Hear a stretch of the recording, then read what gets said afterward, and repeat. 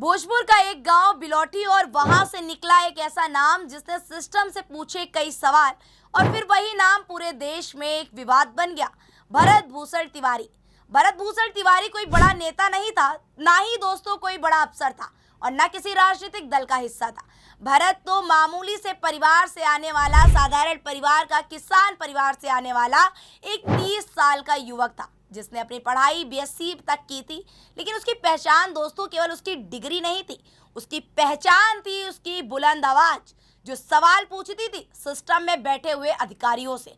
वो आवाज जो बाढ़ में डूबते गांवों के लिए उठती थी, वो आवाज जो कटाव में टूटते घरों के लिए सवाल बनती थी, और वो आवाज जो अफसरों और सिस्टम में बैठे अधिकारियों से सीधे तौर पे सवाल पूछती थी, जवाब मांगती थी।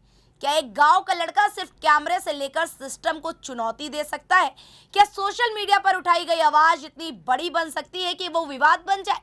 यही सब सवाल है उसकी कहानी के साथ जो जुड़े हुए हैं। गांव के लोग भरत को मसीहा कहते थे। मसीहा इसलिए कहते थे क्योंकि वो उनकी समस्याएं रिकॉर्ड करता था, उन्हें अधिकारियों तक पहुंचाता था।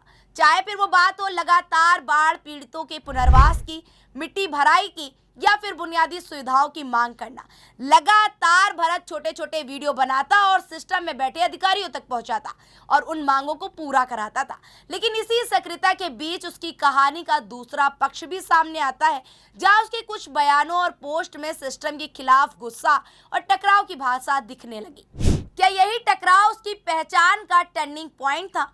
क्या सिस्टम से लगातार संघर्ष उसे उस रास्ते पर ले गया जहां संवाद खत्म होकर टकराव शुरू हो गया?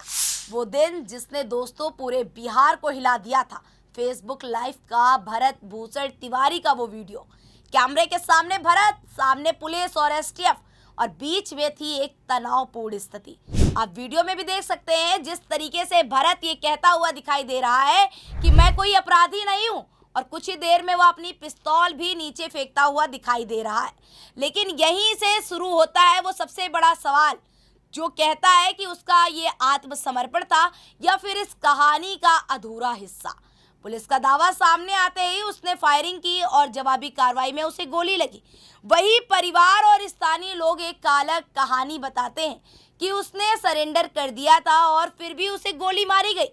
यही विरोधाभास इस पूरे मामले को और जटिल बना देता है। क्या यह एनकाउंटर आत्मरक्षा था या फिर एक ऐसी कार्रवाई जो सवालों के घेरे में है? अगर वह मानसिक रूप से अस्वस्थ था, जैसा कि पुलिस ने अपने बयान में कहा, तो फिर उसे नियंत्रित करने के लिए मेडिकल सहायता देने के लिए विकल्प पूरी तरह इस्तेमाल क्यों नहीं किए गए? अस्पताल रिपोर्ट और पुलिस बयान के बीच जो अंतर सामने आता है वह भी कई प्रकार के सवाल खड़े करता है।